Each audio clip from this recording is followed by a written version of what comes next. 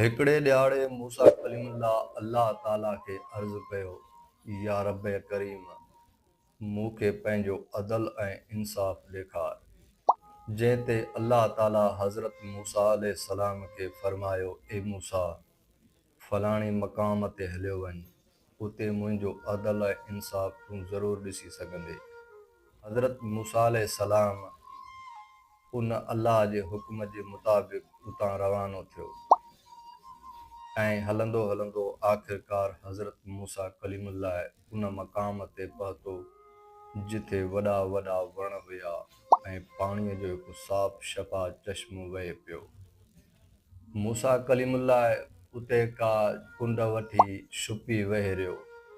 कुझु ई देरि गुज़री त उतां हिकु घोड़ सवार जो गुज़र थियो।